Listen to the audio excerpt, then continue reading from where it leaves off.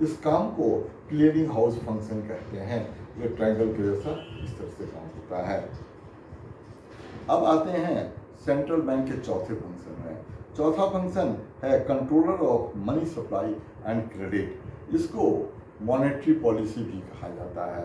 मतलब इकोनॉमी में क्रेडिट, एक बात यहाँ पर समझेंगे कि कमर्शियल बैंक क्रेडिट को क्रिएट करता है, बढ़ा देता है, और सेंट्रल बैंक क्रेडिट को कंट्रोल करता है। सेंट्रल बैंक इकोनॉमी में उतना ही मनी और क्रेडिट रखने की कोशिश करता है जिससे कि इन्फ्लेशन और डिफ्लेशन ना हो जाए।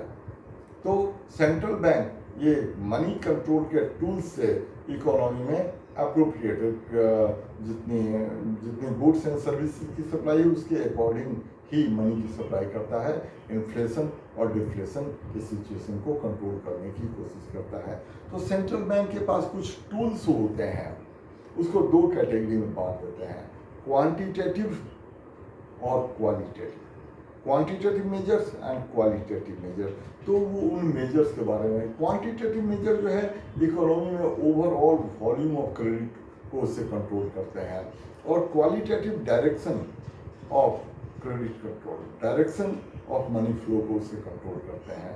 अब क्वांटिटेटिव के अंदर आता है रेपो रेट। ये रेपो रेट क्या है और बैंक रेट क्या है ये समझना जरूरी है। एग्जाम में इसमें क्वेश्चन पूछते हैं, ये क्लियर होना चाहिए।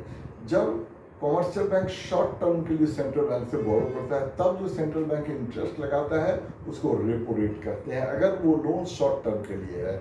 अगर कॉमर्शियल बैंक लॉन्ग टर्म के लिए लोन लेता है तब जो वो इंटरेस्ट लगाता है उसको बैंक रेट कहते हैं। तो इकोनॉमी में अगर इन्फ्लेशन है, महंगाई ज़्यादा है, इन्फ्लेशन वो सिचुएशन होता है जिसमें प्राइसेज हाई होते हैं। तो प्राइस को अगर कंट्रोल करना है तो सेंट्रल बैंक रेपो रेट और बैंक रेट को बढ़ा देता है। तो इसका इम्पैक्ट ये होता है कि कॉमर्शियल बैंक को भी अपना इंटरेस्ट रेट बढ़ाना पड़ता है। जब वो इंटरेस्ट रेट बढ़ाएगा तो जो बोरोवर होगा वो बोरो कम करेगा।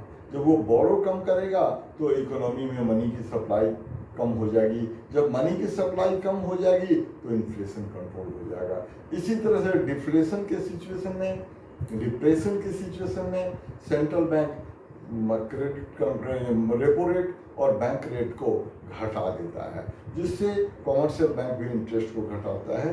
मनी इकोनॉमी में मनी की सप्लाई बढ़ने लगती है और डिफ्लेशन कंट्रोल में आ जाता है। अगला है नेक्स्ट टेक्निक जो है रिवर्स रेपो रेट। अगर कॉमर्शियल बैंक सेंट्रल बैंक